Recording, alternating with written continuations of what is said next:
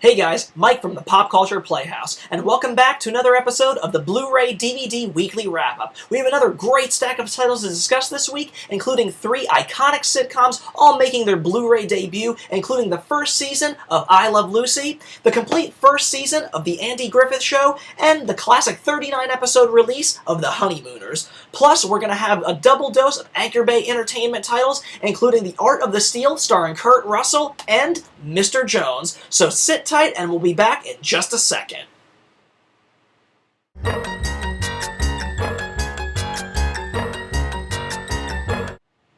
Alrighty guys, and welcome back to this week's episode of the Blu-ray DVD Weekly Wrap-Up. The first title we're going to take a look at is available May 6th from Paramount, and it's the classic 39 episodes release of The Honeymooners on Blu-ray for the first time. Now, I grew up on The Honeymooners. My dad was a huge fan, loves Jackie Gleason, so I was introduced to The Honeymooners at a very young age. I would always watch it on Channel 11. There would always be marathons on during certain holidays, but it would always air really late at night. And, me and my dad would always stay up late, so, these episodes were ingrained in my DNA. I mean, the comedic timing of Jackie Gleason and, the supporting cast has just been, in my brain forever. I mean, this is some of the funniest comedy to ever hit, television airwaves ever. I mean, it's a classic show that, is just so beloved by people, and it's so great to finally see it out on Blu-ray for so long. Now, I know that there were some delays, some release dates kept getting pushed around, but finally, we're getting treated to it on May 6th, and it looks beautiful. But I think I'm getting a little ahead of myself. For those of you that have never been savvy to The Honeymooners, it's really the first show of its kind that really dealt with, a working middle-class, married couple living in Brooklyn. It never really, the television at that time, really never tapped in to the working class middle America. And this show did it in such a great, honest and, really funny way. It stars Jackie Gleason as Ralph Cramden. He's a bus driver in Brooklyn, and, with his wife Alice, who's a stay-at-home wife, of course, at that time. And then, right downstairs lives, his best friend Ed Norton, and then his wife Trixie, and it's just kind of the day-to-day things of middle class life, working the 9 to 5, coming home, dealing with the wife and what have you. So it's really funny, and I mean the writing is just impeccable in this one, and it's only better served by the amazing performances by Jackie Gleason and all of the supporting cast. I mean, there is not one bad episode. I don't know how many shows you can actually realistically say that about. And all 39 episodes are priceless. Everyone will have you in stitches,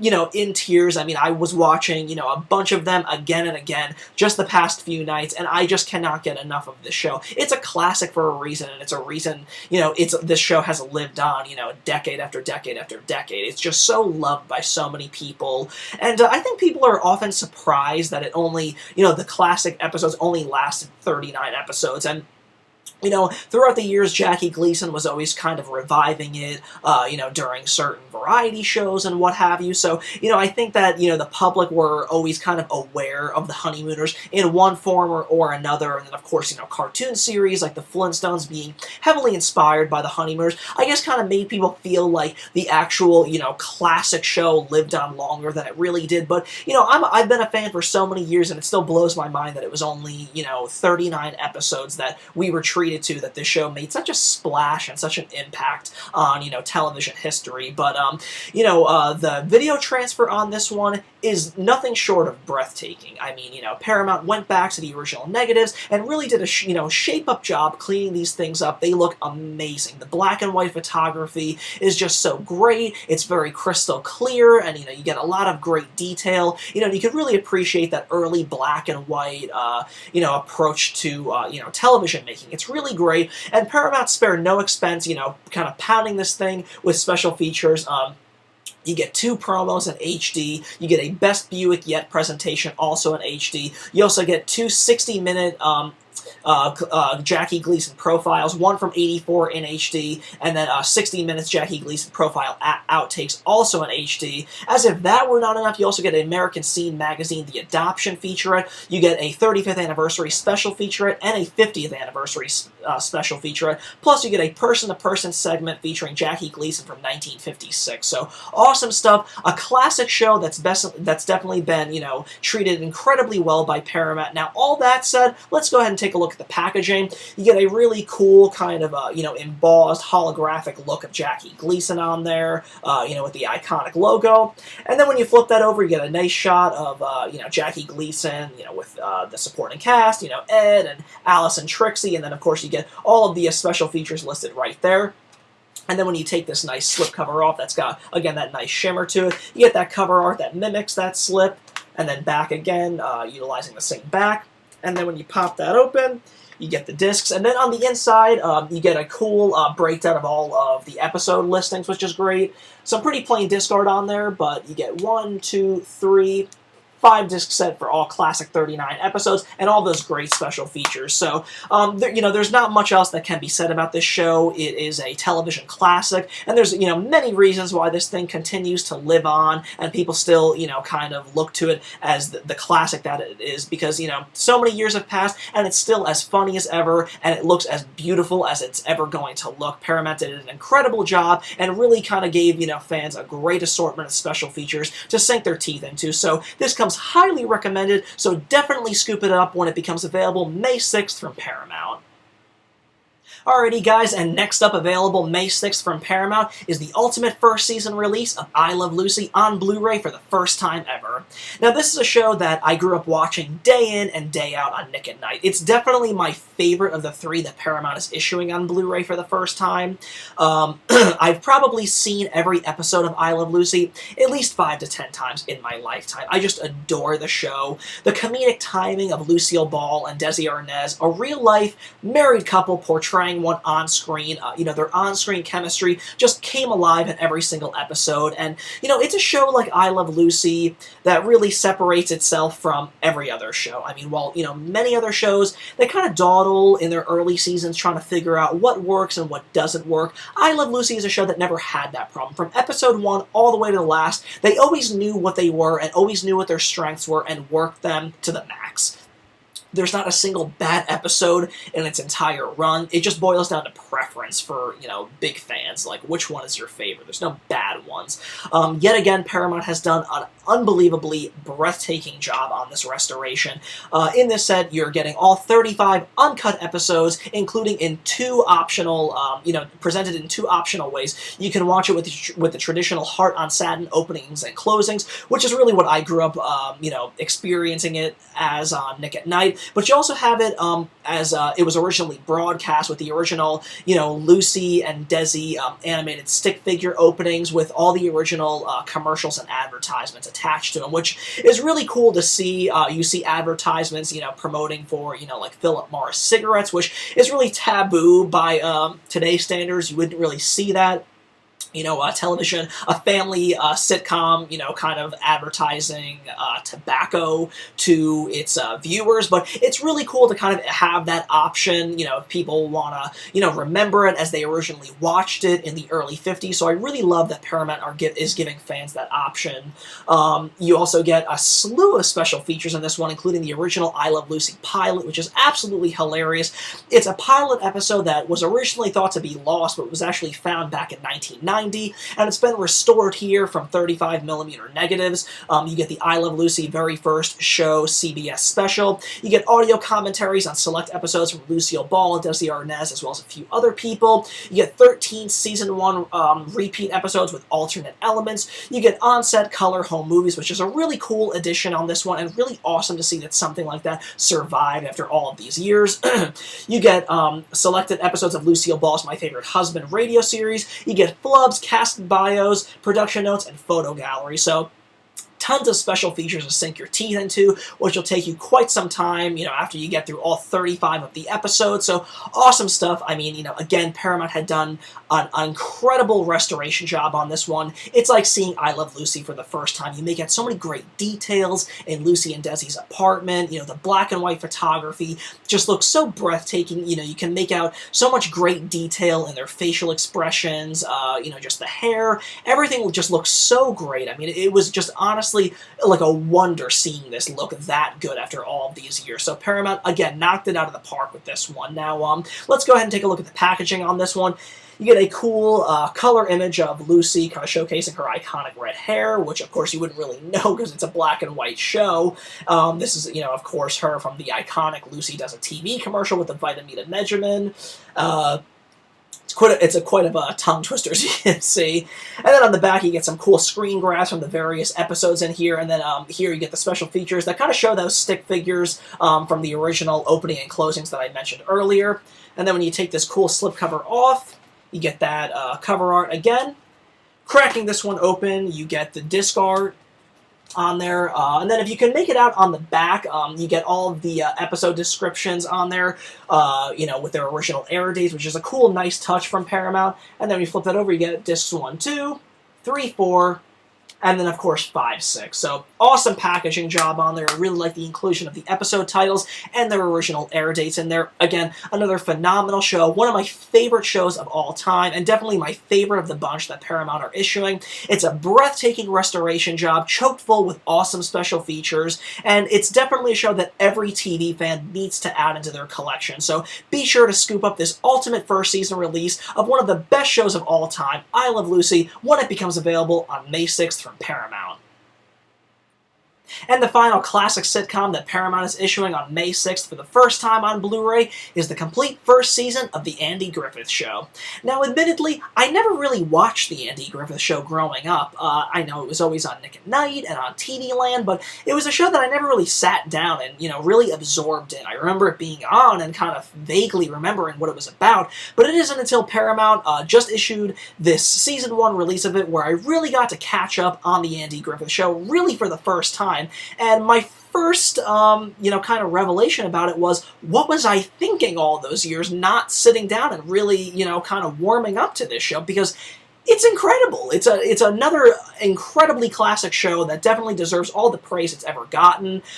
This impressive show lasted a whopping 8 seasons from 1960 all the way to 1968, running, nearly 250 episodes. It stars Andy Griffith as a local sheriff and a widowed father who, along with his cousin and deputy, who's played by Don Knotts, just kind of living in this, small, kind of fictionalized North Carolina town, raising his young son, Opie, who's played by a young Ron Howard, along with, his aunt, who's kind of there to, be the housekeeper and, help raise Opie while, they just kind of get themselves into, small town hijinks, if you will.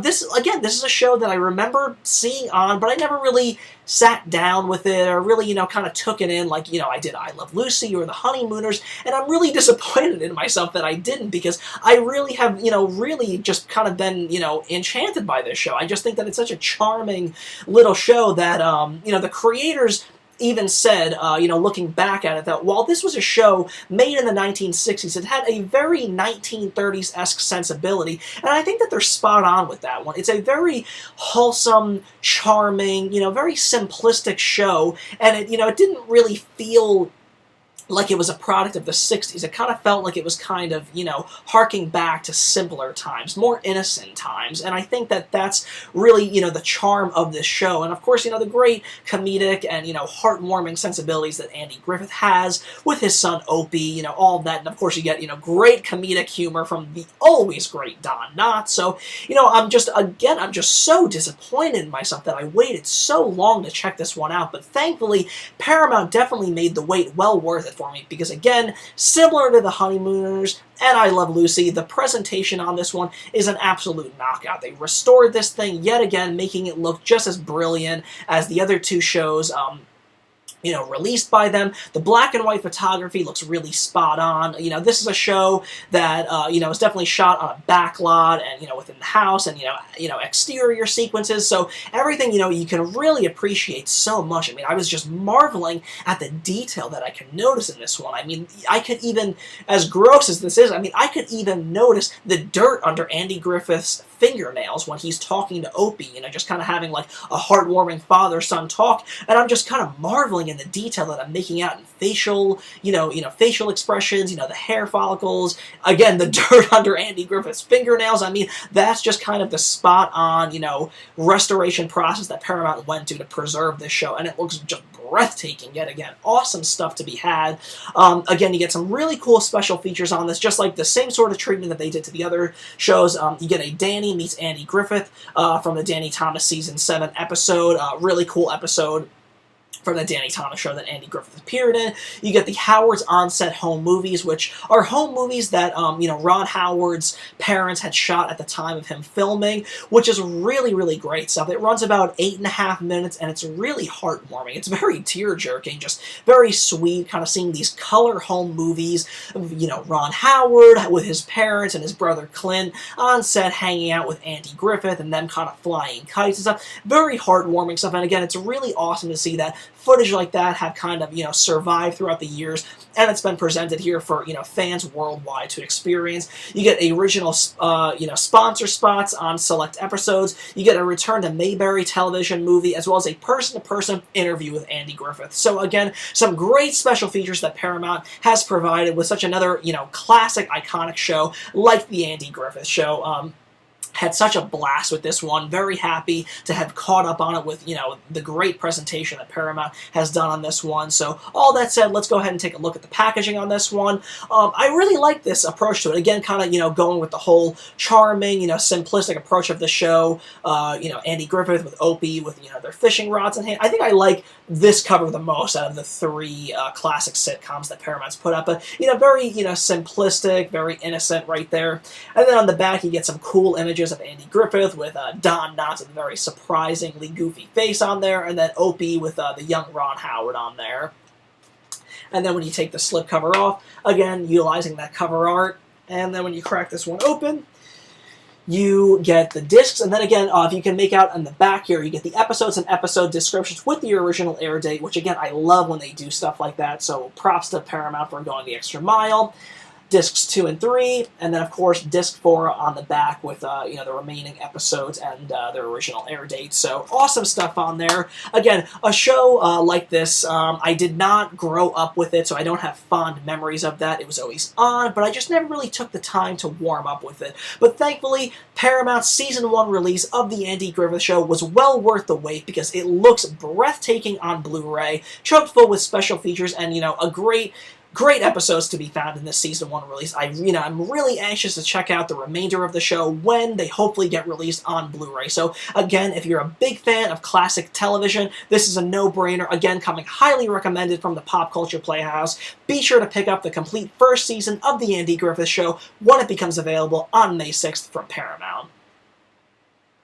Alrighty guys, and next up, available May 6th from Anchor Bay Entertainment, is The Art of the Steal. Starring Kurt Russell as Crunch Calhoun, a former art thief who's just been recently let go from prison and is trying to make ends meet as a stunt motorcycle rider when his conniving brother Nicky, played by Matt Dillon, who is responsible for Crunch ending up in jail, kind of brings him back into the loop to pull off one last great big heist to steal this historic book, and they get the old group back together to pull this big heist off. But what each brother doesn't know is that they both have their own agendas in mind going into this final heist. It's got a great supporting cast with people like Jay Baruchel, who of course lends his voice to How to Train Your Dragon. You also have the great Terrence Stamp in this one, and again Matt Dillon playing Kurt Russell's half brother in this one.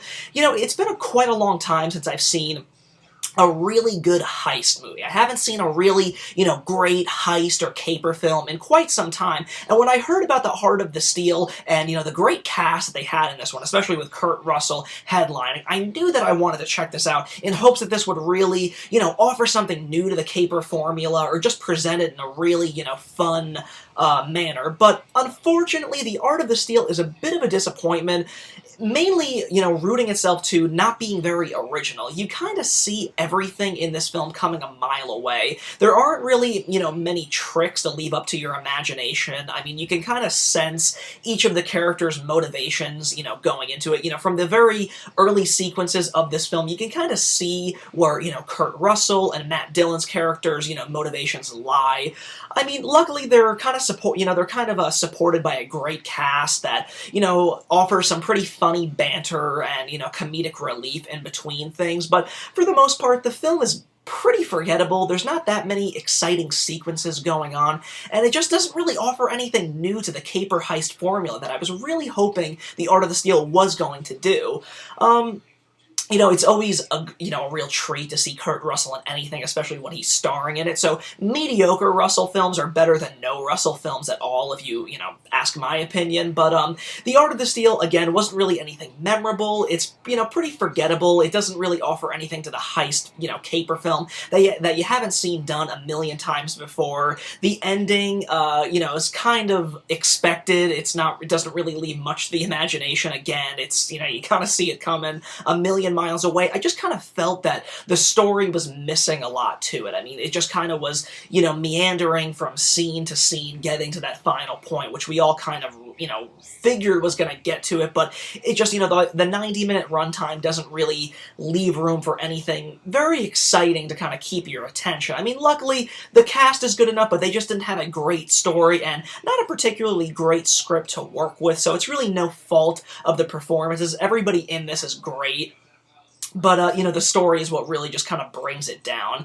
Luckily, if you're a fan of this film, the Blu-ray does come with some great special features, including a Doing the Crime Making of the Art of the Steal featurette, which is cool. It's a good, 30-minute behind-the-scenes look at the film. You also have a Making of the Theft of the Mona Lisa featurette, which is really cool because throughout the course of the film, you'll see these cool flashback sequences referring back to this great heist of, the robbery of the original Mona Lisa painting, and it's told in these black and white, flashback, so that featurette kind of shows you how they capture that and went about doing those flashback sequences, which is pretty neat. And then rounding that out, you guys will also get a feature commentary with the writer-director Jonathan Sobel and producer Nicholas Tarbarak. So pretty cool special features for a pretty mediocre film, to say the least. Like I said, I wasn't a big fan of The Art of the Steal. Didn't really offer anything unique or interesting to the caper heist formula, but it's got a great cast, and if you're, curious enough, I guess I would recommend it, but I would definitely keep your expectations at bay. Let's go ahead and take a look at the packaging on this one. You get that great cast in there, Kurt Russell front and center with those dark aviators, with Matt Dillon at side, Jay Baruchel, Terrence Stamp, so pretty cool cover art of, your main cast there. And then flipping that over, you get another shot of them, kind of looking and posing there, and then some screen grabs down at the bottom with a list of all the special features that you'll find in this one. And then when you crack this one open, you get some pretty cool disc art, kind of mimicking that cover art with the cast yet again. So, like I said, guys, The Art of the Steal wasn't exactly the heist caper film that I was hoping it was gonna be. It's pretty mediocre, doesn't really offer anything new or unique that you haven't seen in a million other heist films, but if you're a fan of the cast, I guess I would recommend it, but definitely keep your expectations at bay, because you're not going to see anything, incredibly unique or incredibly different compared to other films of this kind. So, if you're interested, be sure to check it out on May 6th from Anchor Bay Entertainment. Alrighty guys, and the last title that we're going to take a look at in this week's installment of the Blu-ray DVD Weekly Wrap-Up is available May 6th from Anchor Bay Entertainment, and it's Mr. Jones. In Mr. Jones, it focuses on a couple named Scott and Penny who travel to a remote cabin to escape the inner-city life that they've been brought up in, when they quickly discover that a reclusive artist known by the name of Mr. Jones lives nearby.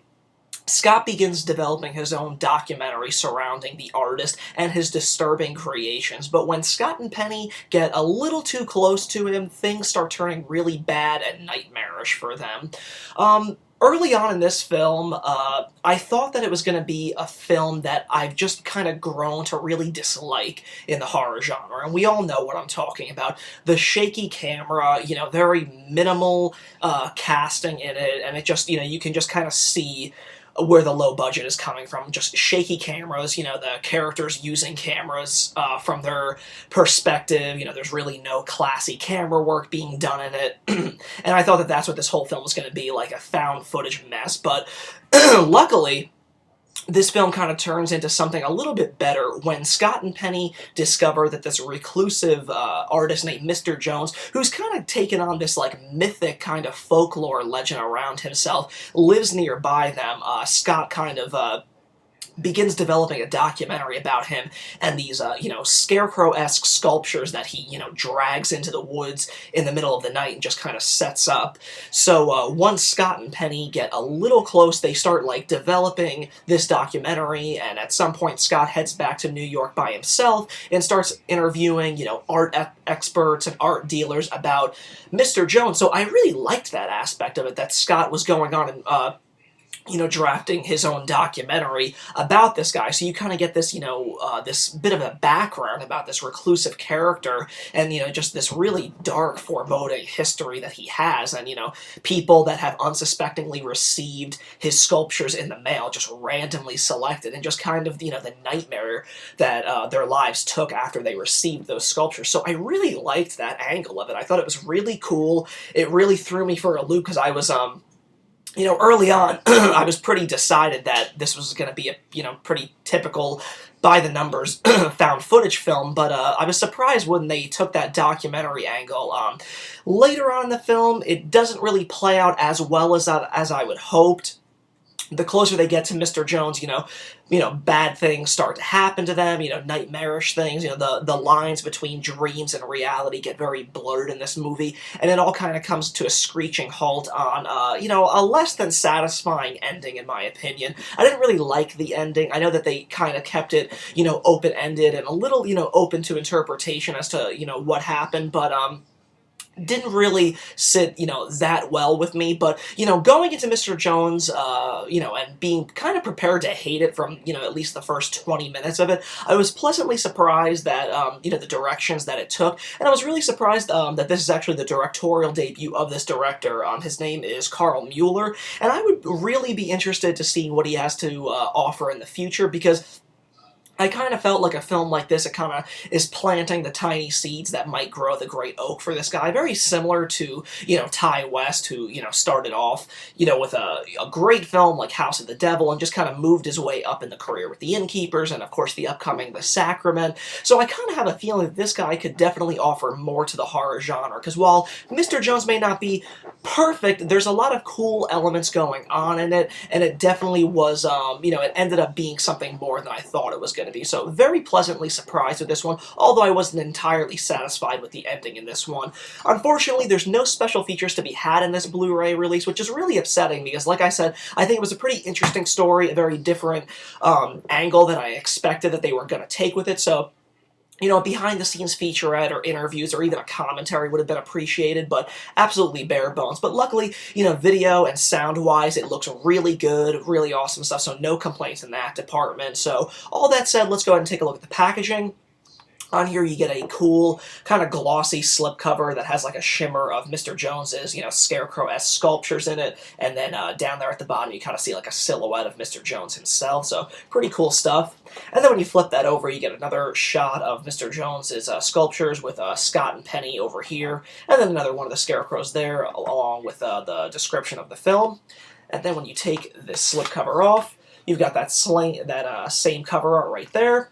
And then popping this one over, and you get some pretty cool disc art that, again, mimics that cover art with Mr. Jones's scarecrow-esque statue. So, pretty cool stuff. So, overall, guys, Mr. Jones was a little different than I was expecting. I thought it was just going to be a found footage mess, but it actually turned out to be a little bit better than I was hoping. The ending will definitely leave a little bit more to be desired, but I would still definitely recommend it, because I think that this, the directorial debut of Carl Mueller, is definitely, you know, it has, you know, hopes to kind of set in motion a really promising career in the horror genre, so you definitely want to get in at the ground level with this guy's work, because I think that Mr. Jones is a pretty cool entry in the horror genre these days, so definitely check it out when it becomes available May 6th from Anchor Bay Entertainment.